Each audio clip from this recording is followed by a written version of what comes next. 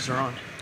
All right, guys, we're going to get started here shortly. We're a little behind today, and we apologize. We're planning a Christmas party for next week, and that took a little longer than I initially had anticipated. But we're going to get started shortly. Soon you will see the headlines on screen, and we got hot mics. We got all right. Thank you, J-Dubs. Soon you will see the headlines on screen for what we're going to discuss on today's show. I got news first that I need to get out to you, some items of the notebook that I need to relay to you that you're going to see after we put it out there. It's going to become news in the traditional news cycle. And then we will talk some topics that need to be covered on the show. And the Hinton Avenue cottage that we highlighted on the I Love CVille network yesterday, that has gone viral. And when you aggregate all the traffic across all the Facebook pages and all the Instagram accounts and Twitter accounts and LinkedIn accounts, etc., a little over 200,000 unique IP addresses have seen that Hinton Avenue listing since we posted it yesterday. And the response has been all across the board. I want to try to get to the root of why the response of that Hinton Avenue listing, why that Hinton Avenue cottage has gotten so much interest on the I Love CVille network. We'll highlight that today on the I Love CVille show. I also want to talk about the Maurice Jones news that we put out there yesterday. Maurice Jones has resigned as the city manager in Chapel Hill. And we will also chatter on today's program Tony Elliott, the Virginia football coach. A lot of attrition is happening, and a lot of folks are asking if Tony Elliott's the right man to lead this program. I'm going to give some perspective to this on today's show. And guys, we got more news from Champion Hospitality Group, and I normally don't cover small businesses. Headlines are up.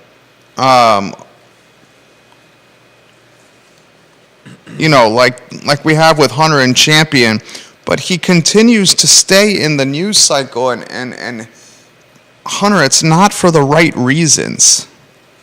Look at the screen, everyone, look at the screen, look at the screen. These are the topics we will discuss today. Look at the screen so you have an idea of the topics we will cover. I want you to tell your friends what we're talking about today so they can watch today's show. Look at the headlines. Text your friends and say, hey, Jerry and I Love CVille are going to be talking about this. You should listen to it. We're going to spend most of the show on Hinton Avenue and on Champion and Hunter Smith today on the program. Judah's going to join us. He's got valuable thoughts that I want to highlight on today's program. Starting a little bit late because we're planning a Christmas party next week, and the planning went a little bit long. Judah, I think things look good on my end. Appreciate you being adaptable today. We can rock and roll, sir, when you're ready. Quiet on the set.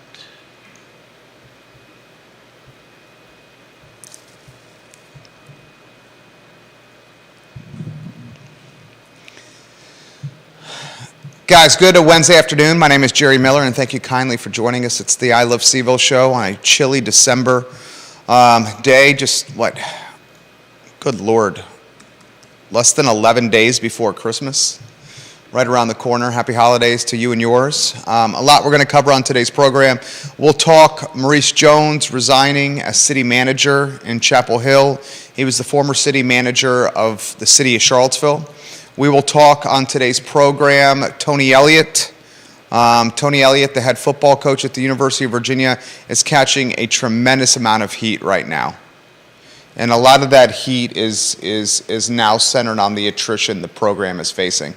I'm going to take a unique perspective when it comes to Tony Elliott on today's show. We'll also talk more news from Champion Hospitality Group. I mean, the brand and the owner cannot stay out of the news cycle. Have you noticed that, Judah? Yeah. They cannot stay out of the news cycle. cannot get out of their own way. That topic on today's program, I'm going to take the perspective of an unemotional observer who uses reasonable, common sense analysis to assess what is happening from an employer standpoint, an employee standpoint, a past, present, and future standpoint on today's show. I also want to talk about the cottage we highlighted on Hinton Avenue yesterday. We posted it roughly 24 hours ago, this cottage, and it's gone viral, man. Since we posted it, over 200,000 unique IP addresses have seen this listing on Hinton Avenue. $1,100 a month asking price. I want to ask you this question. Why have the responses to this cottage been so emotional and full of anger and disenchantment and hatred? That question on today's show. We'll give some props to the Clifton in Keswick. If you guys want a fantastic place for date night, for happy hour, to celebrate these holidays, the Clifton in Keswick is your choice, man. The food is dynamite. The atmosphere is elegant, intimate, and the service is A++. The Clifton in Keswick. Consider it for the holidays and for weddings and events. Tell your friends, look at the screen now. Here are the headlines we're going to cover on today's show. You, the viewer and listener, can help shape the discussion by offering perspective in the comment section. We're live on literally every social media platform known to mankind right now. And your thoughts shape the direction of the show. First, we got items of the news, items out of the notebook we got to get out first, right? I want to get out the Mo Jones news. This broke yesterday. Maurice Jones has resigned as the city manager in Chapel Hill. He worked as the city manager in Chapel Hill for 4.5 years. I would expect you will see what I'm talking about now in the newspaper in the next couple days, on the TV stations and radio stations tonight or tomorrow. Maurice Jones spent a good chunk of his professional career as the city manager here in Charlottesville, Virginia. He at one time was a sportscaster for NBC 29, my former employer, on Market Street. Maurice Jones did a lot of good things in Chapel Hill. And I'm going to read from chapelborough.com, the daily local news source for, one of the daily local news sources for the Chapel Hill community. Maurice Jones arrived in Chapel Hill in 2018 after serving as the city manager in Charlottesville. He was unanimously approved to replace the retiring city manager, Roger Stansel. Over the course of Maurice Jones's 4.5 years, the town of Chapel Hill, North Carolina, this is home to the Tar Heels, embarked on several major projects. The local government placed a focus on its urban planning for downtown Chapel Hill, launched partnerships with UNC and private developers for the ongoing reimagining of East Rosemary Street, and most recently, Chapel Hill also adopted a complete community framework earlier this month based on recommendations from urban planning consultants to approve and build projects that are more connected and environmentally conscious and more dense. The similarities of what Maurice Jones is trying to or has implemented as city manager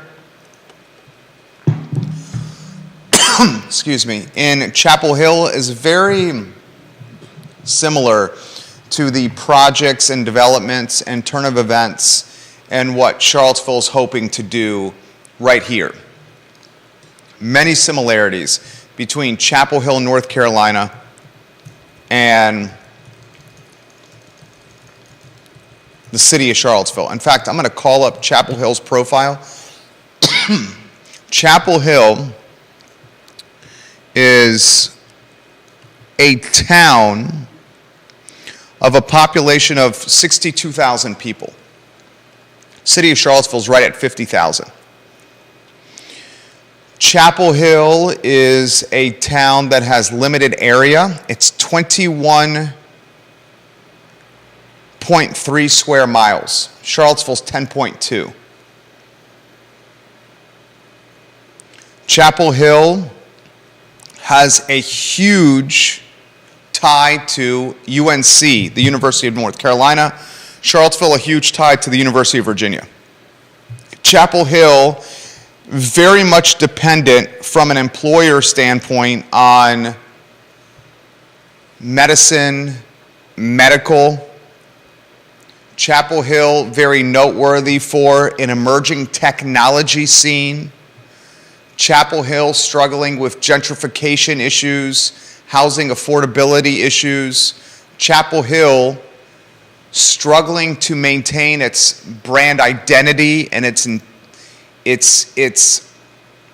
the essence of what Chapel Hill's been known for a couple of generations. I mean, these are the same struggles and characteristics of Charlottesville. Almost identical in population. We're talking a difference of 12,000 people. From a surface standpoint, 10.2 square miles Charlottesville, 21.3 square miles Chapel Hill. Two prestigious universities. UNC is a damn good school. Very difficult to get into, especially out of state. Affordability issues with housing. Chapel Hill becoming very white and affluent. Charlottesville becoming very white and affluent. Technology and STEM and finance and venture capital, jobs in those spaces of business are transforming the identity of Chapel Hill. That's what's happening in Charlottesville. Maurice Jones is a common denominator for both. And not just a common denominator for both, the top executive for both. When you're the city manager of a jurisdiction in a weak mayor system, Charlottesville's a weak mayor system. Richmond is a strong mayor. Mayor Stoney runs Richmond. The mayor of Charlottesville, Lloyd Snook, does not run Charlottesville. The city manager does. So the CM has power, determines where a jurisdiction is going in a weak mayor system. Maurice Jones would be a fantastic guest for this network. After 4.5 years, he's resigned as the CM in Chapel Hill. And you know, you realize when you get to that level of the professional totem pole, you're talking a job that's paying you $250,000 a year, benefits, you know, excellent benefits, perks. When you're in local government and you're in this position of power, you're at the top of the totem pole. You're at your ceiling. You can't go any higher professionally with that jurisdiction. Your shelf life in each jurisdiction, I've learned, is very short. Last week we learned in America, the United States, the average police chief is the chief of police of their respective jurisdiction for 3 years. Did you guys know that? I didn't know that. In America, a police chief is generally on the job for 3 years on average before they go to a different job. City manager, while Maurice Jones spent, can you look up how long Maurice Jones was the city manager? In fact, I could probably figure that out. Maurice Jones, Charlottesville. Let's see how long he was the city manager in the city of Charlottesville. I'll give you that. Maurice Jones served as the city manager of Charlottesville, Virginia from December 6, 2010 to July 31, 2018. So Maurice Jones was on the job for basically 7.5 years in the city of Charlottesville. He was on the job in Chapel Hill for 4.5 years. When you get to that level of management and power and pay when working for a government, your time runs up. And just like a head football coach, you want to go to the next job, resign, or find a different employer before the natives get restless and they force you out, and then you have to speak for why you were forced out in your next job interviews. In this particular circumstance, while resigning, and by all accounts in Chapel Hill, Maurice Jones has done a fantastic job. And I think Maurice Jones did a fantastic job in Charlottesville. I truly mean that. But if you're able to resign before the natives get restless, the job interviews at your next place of employment go that much easier. Because you don't have to speak to why did you lose the job. Instead, you could say, I chose to resign for these reasons. You control the narrative. You're managing perception, your personal brand. So we'll see what's next for Maurice Jones. This man has tremendous insight on Charlottesville and Chapel Hill. And the plight of both communities, the characteristics of both communities are very similar. I want to applaud Maurice Jones for 4.5 years in Chapel Hill, after 7.5 as the city manager in Charlottesville. He has had a tremendous rise since he was a sportscaster at NBC 29. All right, a couple of other items out of the notebook. Tony Elliott, Virginia football. And then we'll get to Champion Hospitality Group, and then we'll get to 804 Hinton Avenue. I want you guys to give the show a like and a share, and I want you to tell your friends that we're talking the topics on screen. Look at the screen now and let folks know what's coming up. Send them a text and let them know to watch. It's no secret that the head football coach at the University of Virginia, Tony Elliott, is under tremendous fire right now. The first season at UVA went terribly.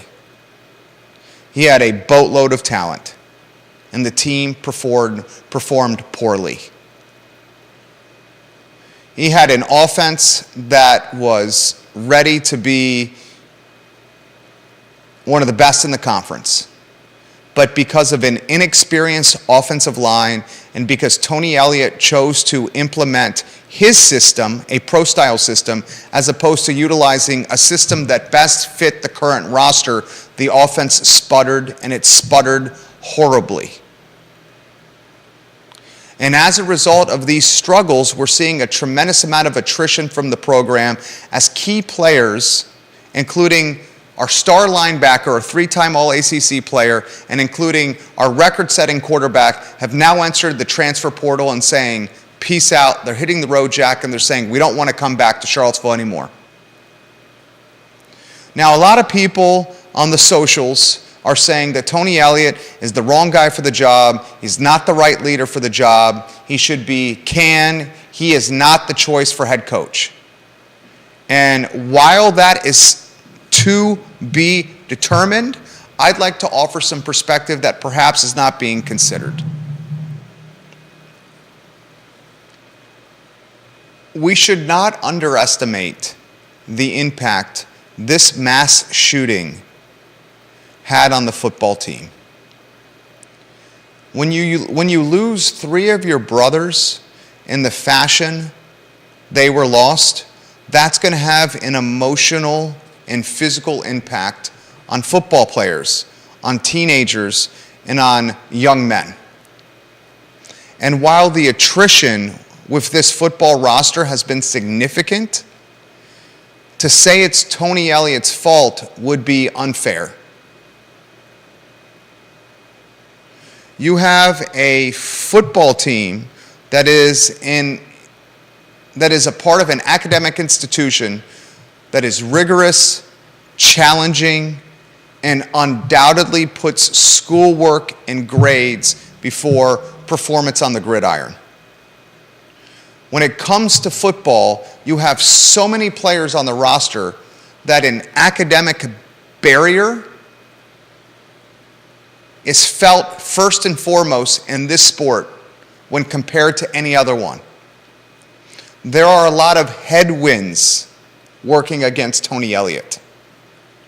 Academics is certainly one. The academics at UVA, when compared to Clemson, are night and day.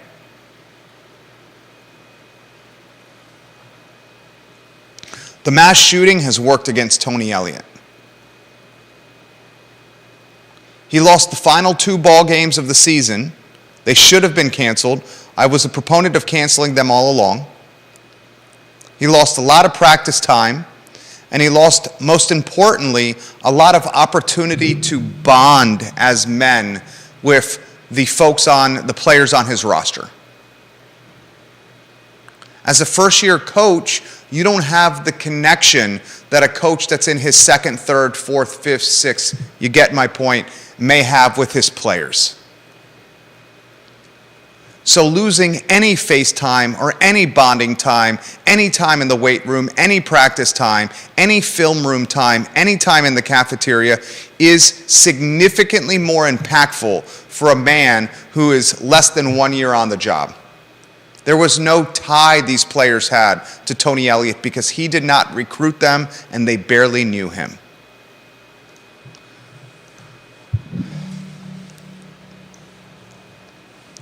And whether you want to admit this or not, and this is a very tough topic in conversation to have,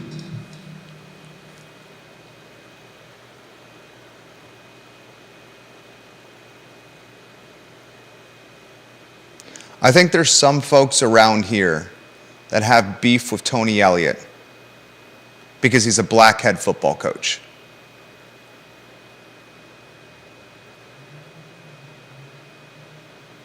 And that may be an awkward conversation to have, but that's the facts. And I think he's being given a shorter runway because of that. And it's disappointing that still that's the case in 2022, but let's cut to the chase. It's still the case in 2022. The man just finished his first season. He dealt with a mass shooting with his team. And you have alumni and fans chomping at the bit to fire this man.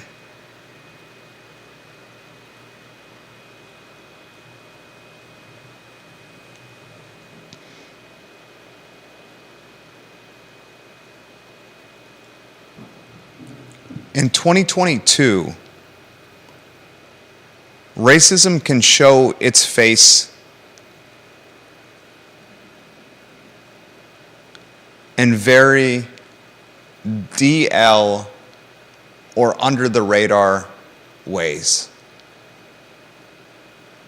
And is no longer in 2022 calling folks nasty names to their face or preventing entry to businesses, bathrooms, and public transportation. But today's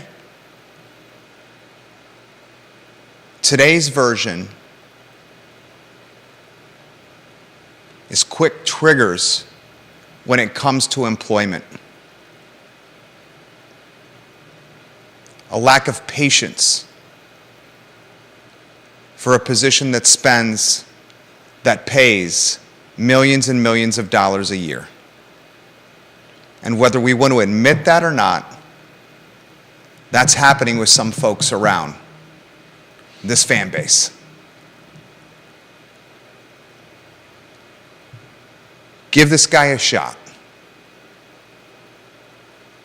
And if a couple years it's still not performance, then he should go. But to say that 10 games in a rigorous academic setting in the shadows of a mass shooting is the foundation for firing someone is BS. All right, 2 other topics.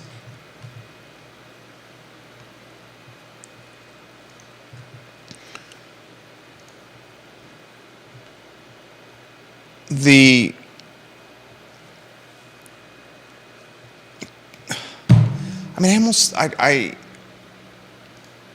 have a hard time even talking about this topic. Judah, let's welcome Judah Wickower to the show. Here's our director, Judah Wickower. Look, I have a hard time even talking about the topic of Champion Hospitality Group and its proprietor, its CEO and founder, Hunter Smith. Yeah. Because it's a small business. Because it's not only a small business, because it's a business that's in Charlottesville, in a community that I love. Mm-hmm.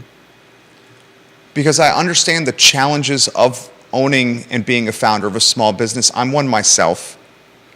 Yeah. And because the small business, Champion Hospitality Group, is clearly in a tough state. And it's not, I don't want to kick a dog when it's down. But some of the practices that are being implemented or utilized or employed by this small business seem to be, at best, and I'm choosing my words very carefully for you here, Hunter. At best, shaky in their decision making. Yeah. At best. Yeah, I mean, you can't put it better than that. At best, shaky in their decision making. I'll offer a timeline. And then we'll get into the nitty-gritty, the news from yesterday, and the response from employees, the thread that's emerging on Reddit. All right. So you got a man in Hunter that has an idea of launching a company. And that company is Champion, a local brewery. One of the first local breweries in the area. I'm not saying the first. I'm not saying the second. I'm not even saying the third. But I'm saying since Hunter launched Champion, a lot other of breweries have opened. Certainly more have opened after he launched than before. Yeah. One of the first as a result. He launches a brewery and he does it in a building that people are like, what do you're opening up a brewery in a beat up building, basically under a bridge, not on downtown, not in Belmont, next to Frensham Court. Yeah. What's going on? But he had vision. He had hustle, and he had chutzpah. He saw an opportunity, and it worked out. And this tap room, right in the middle of Belmont and downtown Charlottesville, in the shadows of Friendship Court, had a personality to it. Yep. Definitely. And a spirit. It was a place where people fresh off work could get there with their sleeves rolled up and the top button on their button down, untucked out of their jeans, fresh off work, having a cold missile, to metalheads, to live music lovers, to the Belmont, early 30s, family, walking their kids and their dog to the single, to the date night. It was just a comfortable place. Yeah. I thought the Missile was a damn good flagship beer. I still like the Missile, Hunter. I like some of the new beers he's introduced, the shower beers and Curtis Shaver's words, dank and crushable. Things were working out. Seemed to have the Midas touch. Making beer, the demand is off the charts. You need to expand. You get the Missile facility or the Missile production, whatever he calls it, in Hogwaller.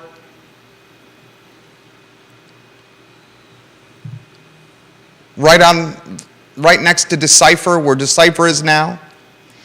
Things seem to be moving and shaking. You get some distribution, some distro. You get on the shelves of grocery stores. The brand had the connotations of the Midas touch. I think he believed it too much. Believed his own press. Punch drunk with his own press. Next thing you know, the partnership with Wilson Ritchie. Love Wilson Ritchie, friend of the program.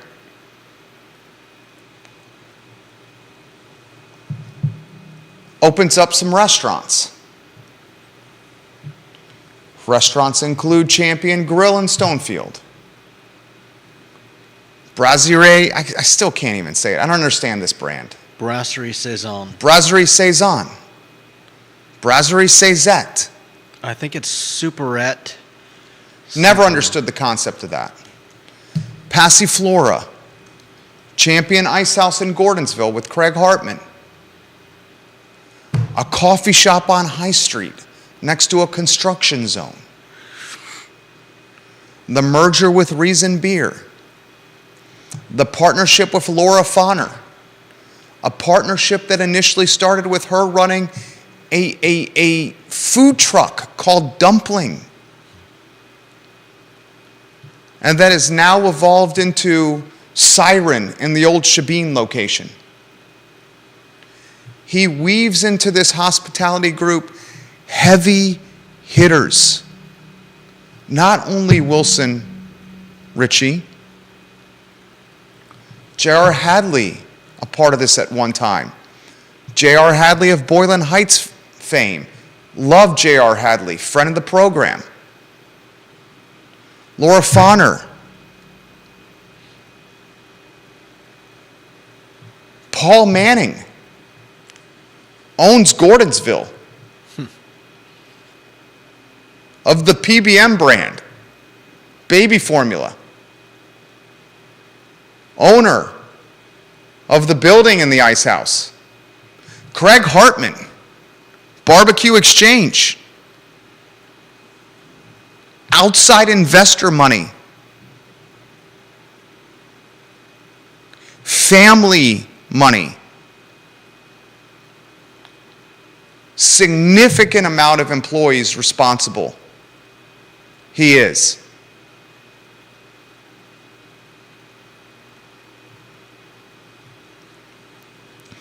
So I handle this topic with white gloves, delicately. Mm-hmm. Because I'm empathetic of the plight of a small business owner. The difficulties involved. And the difficulties involved, as one myself.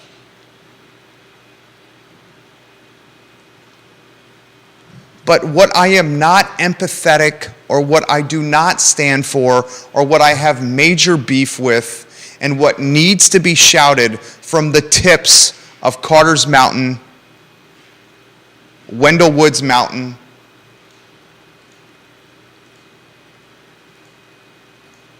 is how employees and team members, long-standing employees, some who have been there almost from the beginning were treated. I don't care the size of the town, whether it's one as big as Manhattan or Los Angeles, or one as small as Charlottesville, to treat the employees from a payroll standpoint or a notification on the door that you no longer have a job and the restaurant is closed standpoint, Champion Grill, Yeah. that is Inexcusable. inexcusable, disingenuous, dishonest, wrong. Yeah. And in a nutshell, you have someone who extended and expanded too quickly, Yeah. was not on site to see difficulties, Or maybe didn't care. was not paying vendors,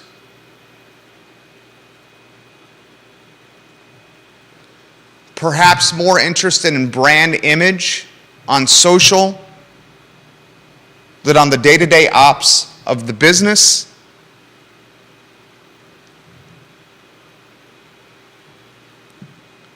And the people that felt the pain were the team members. Yeah. And yesterday,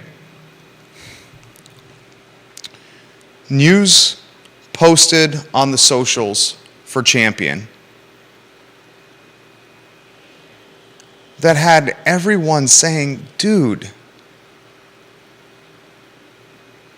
And there's no doubt in my mind the announcements that were made on the Champion Facebook page and on the Instagram were done in conjunction with a professional PR person. I would imagine most likely Mary Jean Jaggers of Jaggers Communication helped craft these statements on social and the strategy behind it.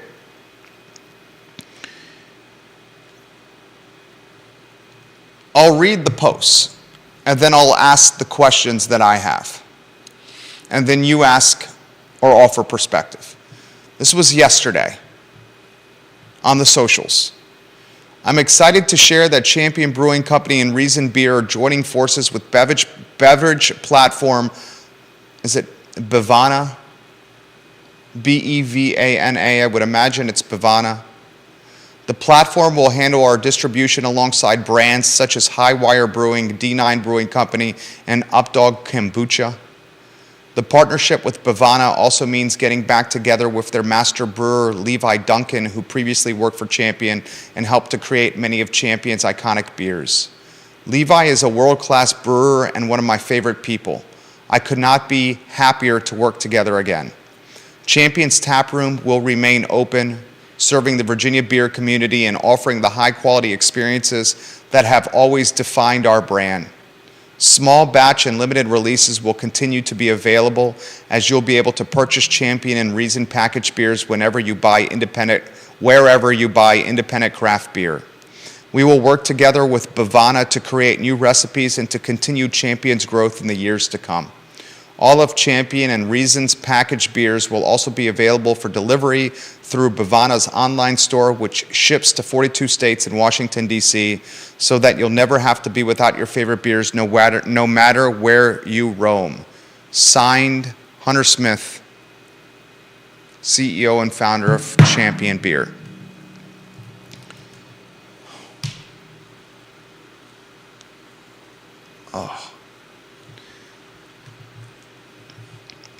My primary business is brand management, an advertising agency. Perception management is the essence of an advertising agency. This press release is not the first iteration of what you offer the community. The first iteration you offer the community is an apology.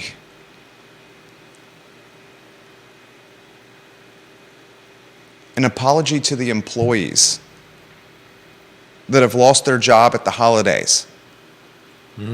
Definitely. And an apology to the employees that have seen checks bounce.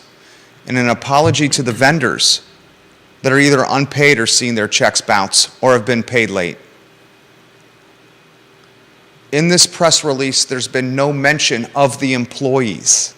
Yeah. No mention of the Reason tap room and what's going to happen to it. No mention of the Reason staff and what's going to happen to it. No mention of the Champion Brewing staff, the people that make the beer, and what's going to happen to them. Yep. No mention to the future of the restaurants that hang in peril. Champion Ice House.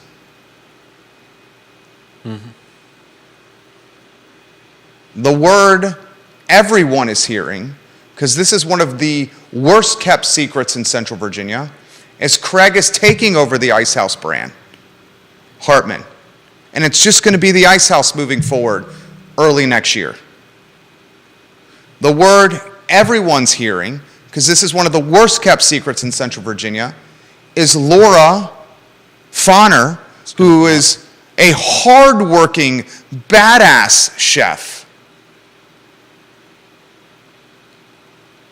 She's going to buy out her share of Is Siren. going to perhaps take control of Siren and even paying team members out of her own pocket. What's going to happen to the Passiflora brand? How do you say it? Brasserie Saison. Why name it that? Brasserie, what is it? Brasserie Saison. Good Lord. What's going to happen to that? How about the staff at the coffee shop? I didn't even. Did it ever have staff? Yeah. Did it even open? Yeah. It opened. It opened.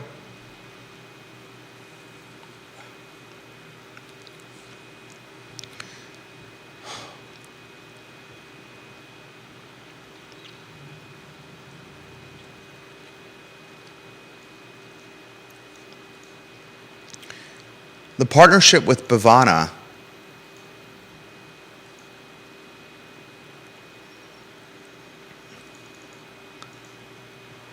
is the last resort solution.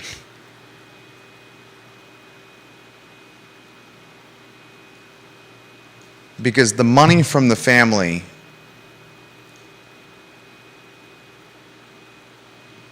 has stopped being dished.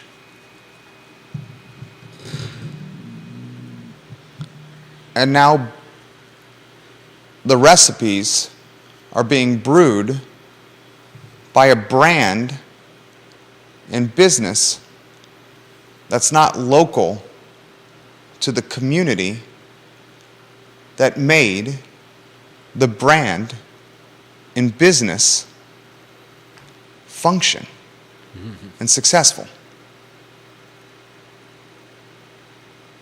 And the lesson to be learned here, there are many. What have you learned? Because I've certainly learned something. What have I learned by the actions taken here? Don't overextend yourself. Hold your employees in a little more, a little higher regard than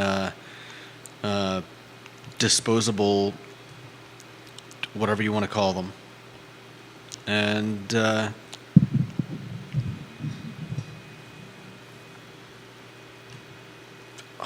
don't know.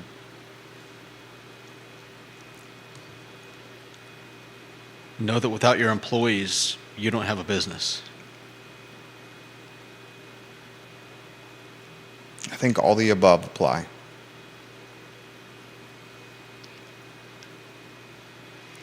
You and I we've worked together for over 10 years. And over those 10 years, it's been far from roses and sunshines. Mm-hmm. And like anybody and any people who spend this much time together, I mean, it's basically a work marriage. There's going to be beef. But one of the things in those 10 years plus, you would say that this dude's going to stand by me through thick and thin, and he's a loyal MFer. There's been numerous opportunities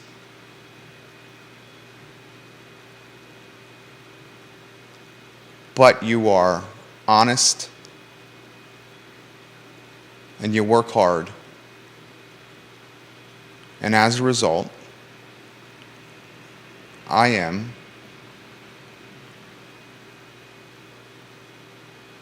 as loyal as you can get.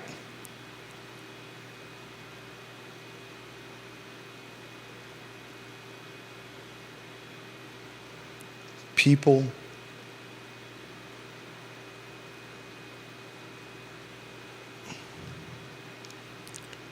are not pawns on a chessboard.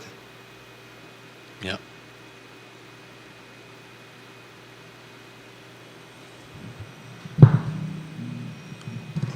We're not playing with a car and a dog and a thimble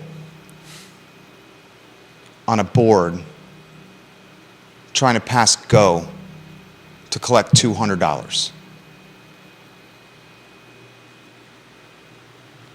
And if you want that mentality, you get into corporate rating or venture capital,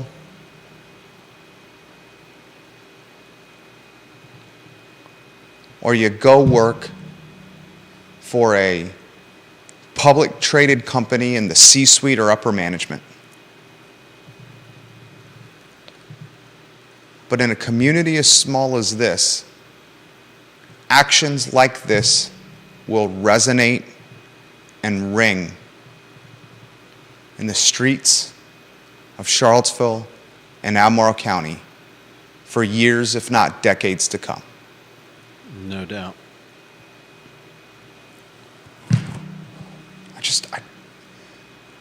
I'm tired of this story. It's sad. I'm tired of it.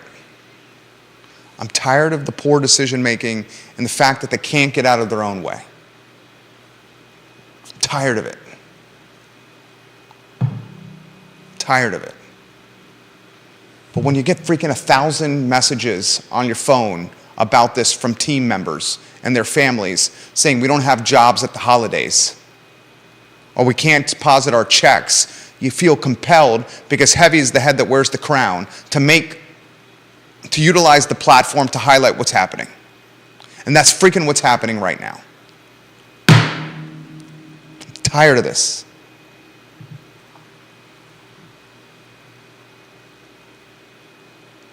I'm tired of this fucking shit.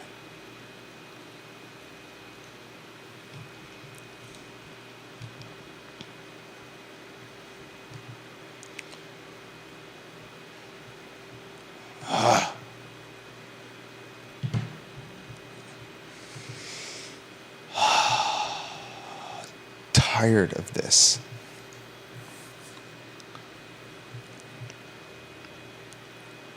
All right.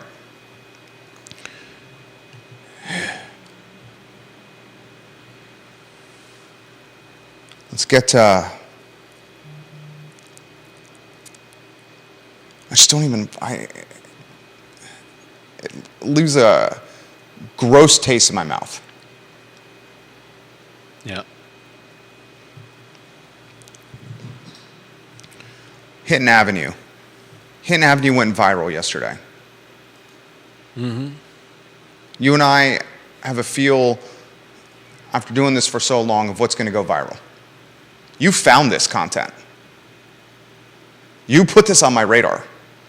This is the second item in back-to-back weeks, or 2 items in about 12 days that you've found that has gone viral. First Night Virginia, now this. You got a cottage that's 258 square feet that's being marketed, listed, promoted for rent at $1,100 a month on Hinton Avenue. Do we know if it even has heating? I know it. Did you see in the pictures up by the roof, there was a wall-mounted Okay. unit. And that wall-mounted unit, the new ones like that one, they're pretty powerful. And because that place is so small, Yeah. it's not going to gonna heat take a and lot. cool. Yeah, it'll heat and cool. So a lot of folks were talking about good luck with that in the summer and good luck with that in the winter because the roof is not insulated. With that wall-mounted window, it's not a window unit, with that wall-mounted HVAC unit that if you can show in one of the photos and you can put on screen. In fact, you should rotate on screen, if you could, the photos from yesterday, where the cottage is located, and then the photos from yesterday. And then if you tell me when the photos on screen of the where they can see the unit, I'll tell the viewers and listeners to look at the screen. All right, Judah's showing the photos Photos on of this now. unit. So look at the screen now, guys. This is literally next door, like basically next door to Southern Crescent. Like you can walk to Southern Crescent here in from this place in like less than 30 seconds. So to say that you can stumble home from bars here is literally an understatement. This is within a 20-second walk, 30-second walk of Southern Crescent, the local, Kamal, Mas Tapas, right there, Bell, right there. It does have a shower. Like folks were asking about the shower. There is a shower there. Yeah. I mean, that's a shower. What surprised me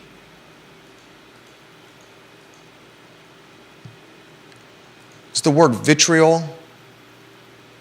That's a word. Vitriol. Yeah, like anger and spitefulness. The vitriol, kind of mixed together. the utter vitriol when this was posted in the comments surprised me. I don't own this. This is not my property. I'm not representing the people that own this. They're not my clients. I have no personal or financial gain to this cottage.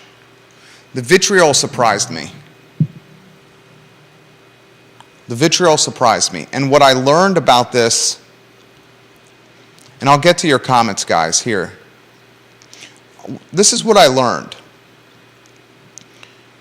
People are folks in this community, like citizens in this community, just like hardworking people in this community, are so dispirited with how expensive the community's become that they feel the community that they love and call home is pushing them. It's pushing them out of the community and saying, we don't want you here. Yeah.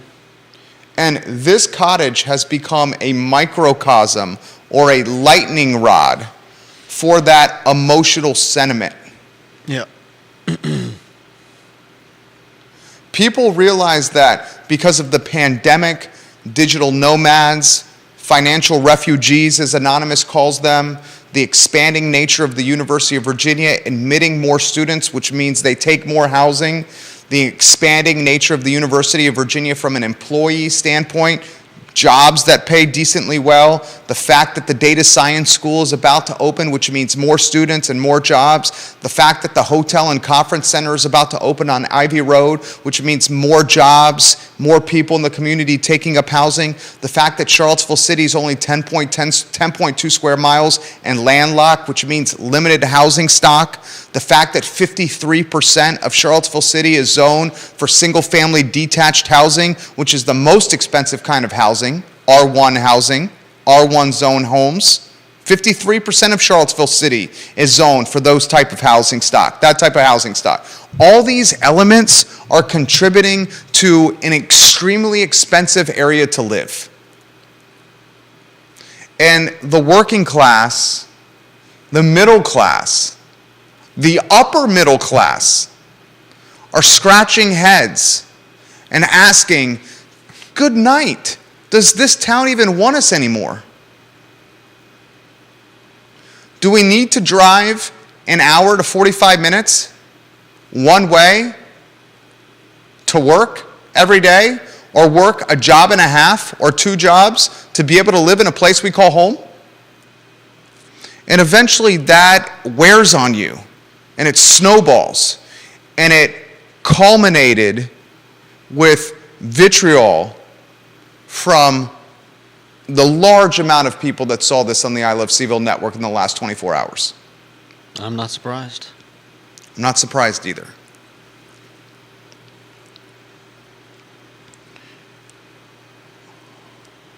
But what I hate to admit, and what I hate to explain, and what's going to undoubtedly be frustrating for people, J-Dubs, is someone's going to rent this. Yeah. The rental history justifies the price point. On my Facebook page and many of the comment section that this listing's posted, you'll see the rental history.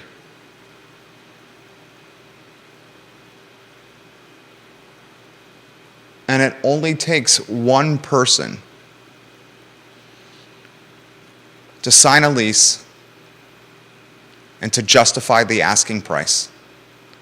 And when one person signs the lease and justifies the asking price with their John Hancock, then it was priced correctly and the market has spoken. I don't know if I completely agree with that, but Make your case, please, sir. well, just because someone's desperate enough to pay the price that someone else is asking doesn't necessarily justify the price, I don't think. Yes, I know what you're saying, that the price wasn't too high that nobody would pay it, but that's like, I mean, it's like charging someone an exorbitant amount to feed their family. Well, of course they're going to pay it. They need to. Somebody may need that place and and be willing to fork over that much money, and I don't necessarily think that that accounts for the price being right.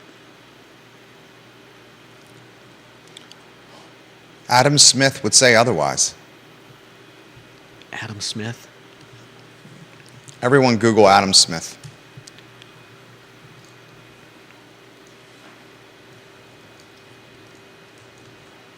Is there a quote I should look for? Take a look.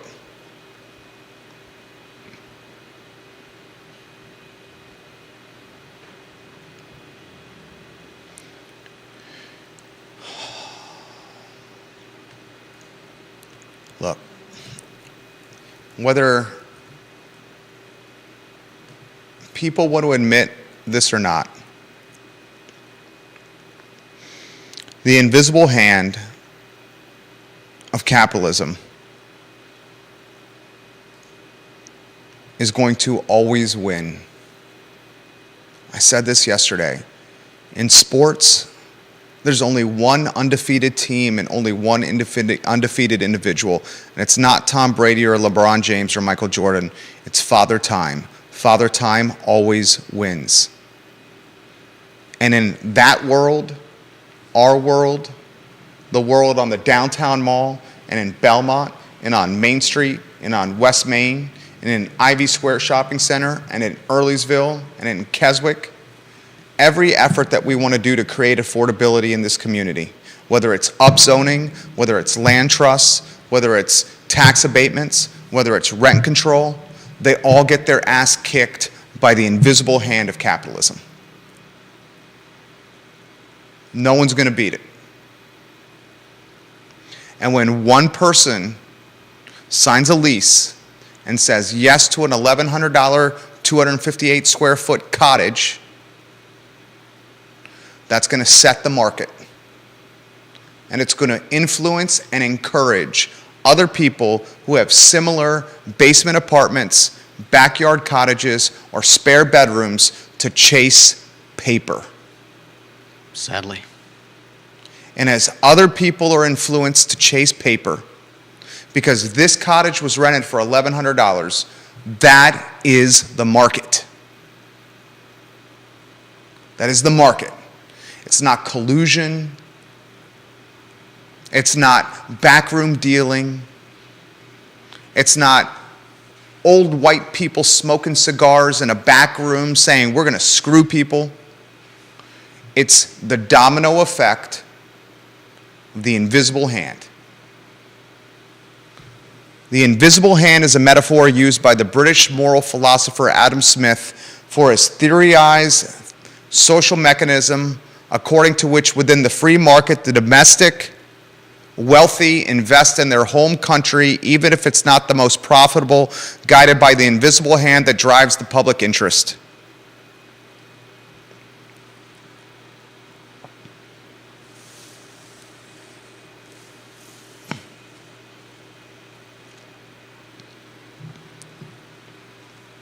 And I've said this, and people disagree with me, and I've had this conversation with Rory Stolzenberg, the planning commissioner. I've had this conversation with friend of the program, Neil Williamson. I've had this conversation with back and forth with developer and land use attorney Nicole Scrow. I've had this conversation with friend of the program, John Blair. I've had this conversation with socialist Matthew Gillikin. When you upzone, and that's what people are trying to do, Charlottesville City, and allow the city of Charlottesville, 10.2 square miles, to have more density by allowing landowners to convert their properties to duplexes or triplexes or quadplexes or backyard cottages or granny apartments with easier governmental circumstances. That's what upzoning is. Using easier government, using less red tape to create more housing stock. Because the zoning is looser. The byproduct of these efforts are not going to be affordability. The byproduct of these efforts are going to be housing in Charlottesville that is more expensive. People are sprinting to this area to learn, to work, to play. Sprinting. And they're doing it with bags of money after selling their Georgetown townhome for $1.5 million. They're doing it with paychecks tied to ISPs, internet service providers, and employers in large markets. And they're doing it with mommy and daddy's Black Card, Amex, Visa, as students at the University of Virginia.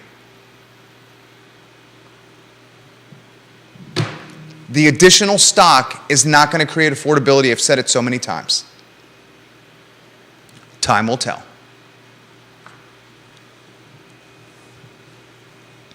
And to the owner of this property,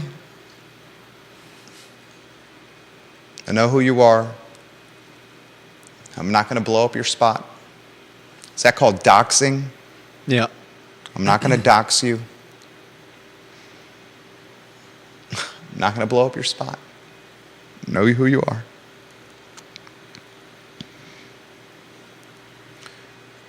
And to the realtors that are marketing this property, I know who you are. I'm not going to dox you. I'm not going to blow up your spot. Asking for something that is atop of the financial stratosphere. There is not anything wrong with that. You disagree with that, I believe. Say it again. the owners of the property and the realtors that are representing the owners of the cottage and the duplex in the front yard, asking for the top price point possible, I don't believe there's anything wrong with that. No. That's how the market works. Yeah. I thought you would disagree with that. You do not? I'm of two minds. I understand, and I'm pro-capitalism, but at some point, I think we have to look at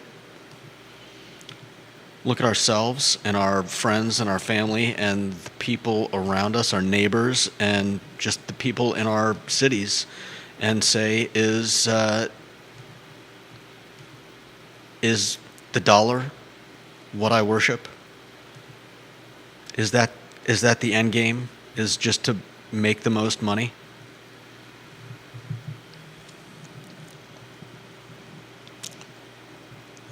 Someone put this in the comment section on my personal Facebook page. Greed is a powerful drug. At one point, I was going to ask you if that was what the invisible hand was you were talking about, because everything you were saying sounded like you essentially, that's what it is. That's a shame. The concept essentially means the pursuit of individual interests leads to What's best for everyone, but I don't know that that's necessarily always the case. And I think a lot has changed since Adam Smith. what? How so? There weren't hedge funds buying up massive amounts of property, and That's not happening here. It doesn't matter that it's not happening here. It is happening elsewhere, to your point. And not only are there hedge funds, and I apologize for interrupting. That's just one part of No, what I'm that's, talking about. it's a very legitimate. I apologize for interrupting. Please finish your thought. I got to work on doing better with that. I apologize. No, it's okay. I mean, that's like I said, that's one part of a lot of things that have changed, and I think we're dealing with a lot more than just what year did you write that? It had to have been. He died in 1790, so I just think that while it may still hold some weight, I think there are other considerations that maybe change the equation today. Have you outlined those? No, I mean it's not like I've written a book and I can pull it out and. You just have to talk about them. I know. I mean, I don't even know all of what goes into the changes. Like I said, one of the things is people buying up property. More and more people are. I mean, look at the glut of Airbnbs. And again, if you're buying Airbnbs in a market that can't support it, you're going to have a bad time. But at the same time, we're seeing more and more, not just companies, but people buying up properties to turn into whether they're just rentals or Airbnbs, which also brings down the number of properties that you can buy and brings up the price of rentals and Airbnbs and ultimately the cost of housing, whether it's purchasing or renting. I mean, Richmond City just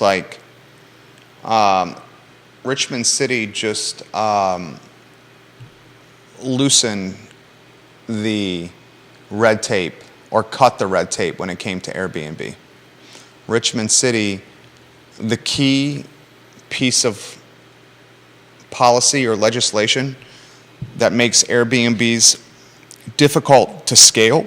Yeah, is that you have to live there for half the year. You have to live in the Airbnb for 180 days. Richmond City did away with that piece of policy. Charlottesville City still has that policy in place, where if you want to Airbnb your house, you have to live in that house 180 days a year. It essentially caps what an investor can do with an Airbnb. They can have two houses where on paper they can say, I live in this house for 180 days and this house for 180 days, but when they get to three, you can't do it. The math doesn't add up. Yeah. Richmond City said, why don't we get the real estate taxes that comes with housing and also the lodging taxes that comes with Airbnbs by doing away with the 180-day caveat. Basically what Richmond City did was, we're going to get the real estate taxes no matter what. If we do away with this 180-day rule, We can get more and we can get even more revenue from the lodging money. And that may work for some places. Well, the reason it works for Richmond is because they have an abundance of housing stock. The reason it can't work for Exactly. Charlottesville City is because the stock is very limited in supply. And if people saw that they could make tons of money by buying up housing and didn't have to live in the houses for half a year, then there would be less houses to buy.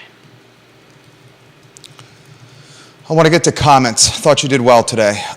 Listen to these comments. Some reference you, and we will relay them live on air. I want to get to Deep Throat. The I Love Seville version of Deep Throat is a man who sends me DMs on Twitter who we have dubbed Anonymous. He says, a theory on why people get so mad about that listing. People have an intuitive understanding of how price formation works. It is not a supply curve and demand curve on a napkin. There is psychology involved. Listings can anchor expectations. A crazy high listing pisses people off because they understand it can induce panic among people who need to buy or rent and reset expectations upward. Ask any trader. It's called painting the tape. I'm going to respond, damn good comment. I'll read that to you again from Anonymous. A theory on why people get so mad about that listing. People have an intuitive understanding of how price formation works. It is not a supply curve and demand curve on a napkin. There is psychology involved. Listings can anchor expectations. A crazy high listing pisses people off because they understand it can induce panic among people who need to buy or rent and reset expectations upward. Ask any trader. It's called painting the tape. Excellent comment.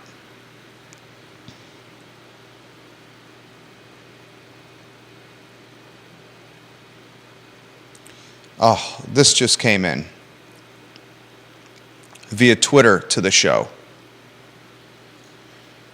Jerry, I just saw that Keith Woodard's First and Main LLC has filed a lawsuit against Hunter for unlawful detainer, which translates to eventual eviction.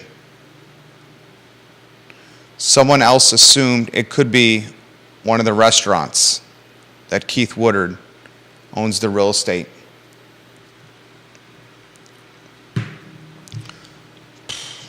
Brutal. Brutal. Keith Woodard is not someone I would mess with. I would not mess with that person. Would not mess with Keith Woodard. Would not mess with Alan Kajin. I would not mess with Ludwig Kutner. Kevin Higgins, the king of Greenwood. I don't think most reactions were anger-based at all. I think you have a show based on viewer feedback and you got it. It's a shed, basically, with that asking price. I think the reactions were pretty normal for a rental asking that rent, even if it were listed out of our area. I do think you are right, though. This may be a new normal. P.S. I would not want to stumble home and have to climb up that ladder to sleep under the uninsulated roof. We love when you watch the show, Kevin Higgins. You make the program better. And to the price point conversation, this was something shared yesterday by Anonymous. Tarleton Square, which is right over here. You know where that is? Yeah. I think it's on High Street. It's a few blocks away from Market Street. Tarleton Square, $1,200 a month for 440 square feet. However, he highlights that it's an actual building designed for human habitation. I'm glad we've got that sorted out. $1,200 a month for 440 square feet, Tarleton Square, although it's an actual building designed for humans to live in.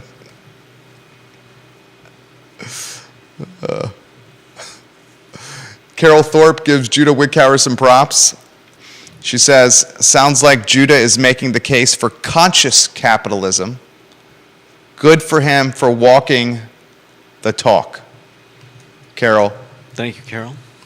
I'm going to say I read this live on air, and I will tag Judah Wickower. I just did that. James Watson, the king of orbit. The train has long left the station for affordable rentals within a 5-minute walk from the downtown mall. It's not ideal, but not that unusual, sadly. Pretty much every city has higher rent near food and entertainment. Albemarle County has a lot of undeveloped land between Barracks Road and Albemarle High School, as well as along the corridor between Target and Sam's Club. Only 5% of land in Albemarle County is available for residential development. I will clarify that. James Watson, thank you for the comment.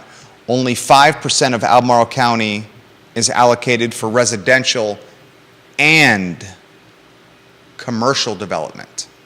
Commercial and residential development. And of that 5% in Albemarle County, because of the topography, not all of the 5% can actually be developed.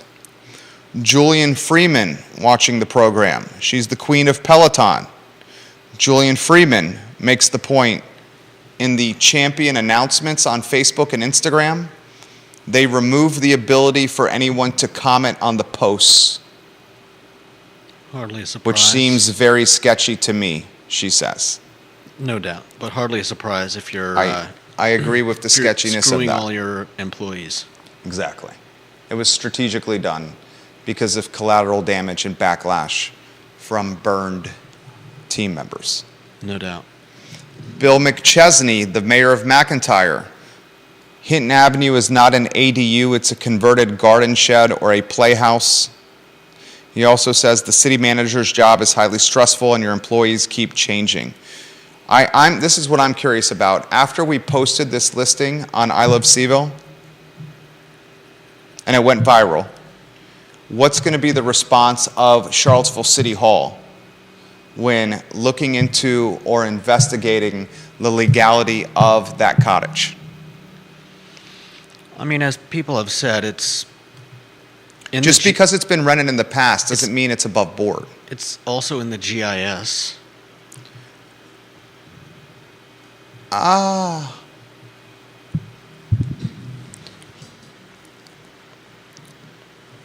have to do some more research. Albert Graves, Warrior AG. We love you, Warrior AG. Warrior AG leaves this comment. That is your problem. You went to Clemson and got a football coach, and UVA should have gone to the Ivy League and got a coach where academics are paramount. Trying to keep up with the Joneses with the holier-than-thou academic standards always is going to be a problem with this university when it comes to keeping up with other Division I programs and winning like other programs. Warrior AG, I love when you watch the show. Albert Graves, I'm going to give you some props. Love when you watch the show. I read this live on air. Got 5 states watching the program now on our heat map. Juan Sarmiento, the king of transportation, the lead fleet technician at Charlottesville Albemarle Transit, Any business owner that closes or fires employees without any notice or severance.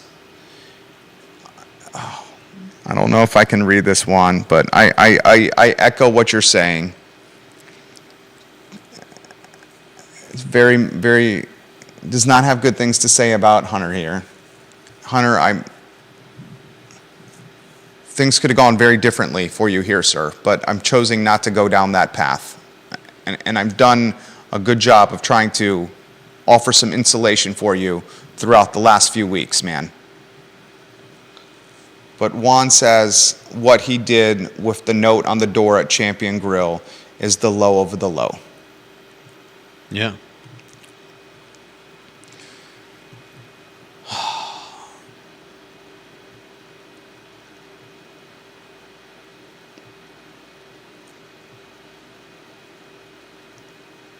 Kevin Yancey, I agree with your comments.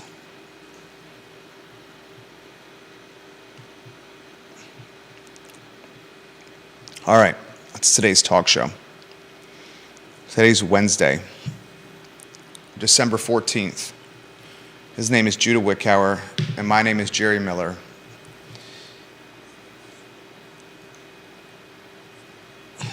It's the I Love SIBO show, where we have very real conversations about stuff that matters in this community. And it could be awkward, and some of the stuff we talked about today is. But it's conversations that need to happen, and they happen in long-form content where you can get nowhere else. Thank you kindly for joining us. We'll see you tomorrow. Take care.